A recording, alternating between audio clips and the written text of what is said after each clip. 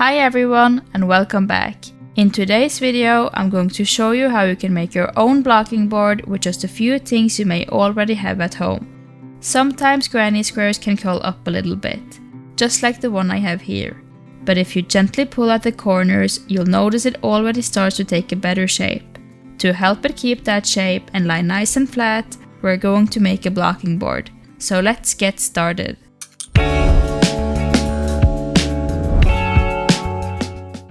To make this blocking board, you'll need a cardboard box.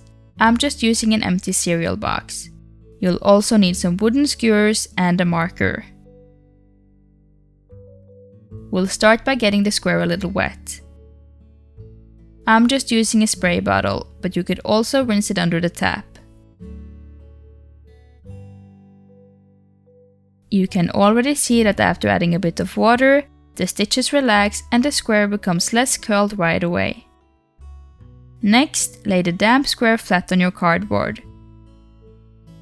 Grab your marker and gently mark where each corner is. Just be careful not to mark on the yarn, which of course I managed to do anyway. This step is optional, but it can help guide the placement of the wooden skewers. You can also lift up the corners first and make the marks right underneath instead to avoid getting ink on the square. Now take your wooden skewers and insert one into each corner where you made the marks.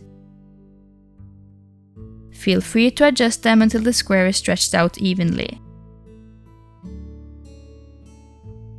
I also like to make sure the square is lying nicely and that the corners are pulled enough to give it a good shape.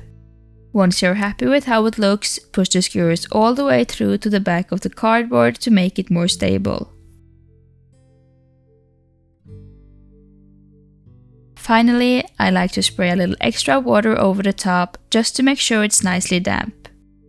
Now your homemade blocking board is ready, and all you have to do is wait for the square to dry. Once it's completely dry, you can remove the square. And you'll see it lies much flatter and holds its shape beautifully. If you want to make the same square I used in this video, it's an African flower granny square and I already have a tutorial for it on my channel if you'd like to check it out. And that's it! You now have a completely blocked granny square and a blocking board you can use for your next granny squares. Thanks for watching and I'll see you in the next one.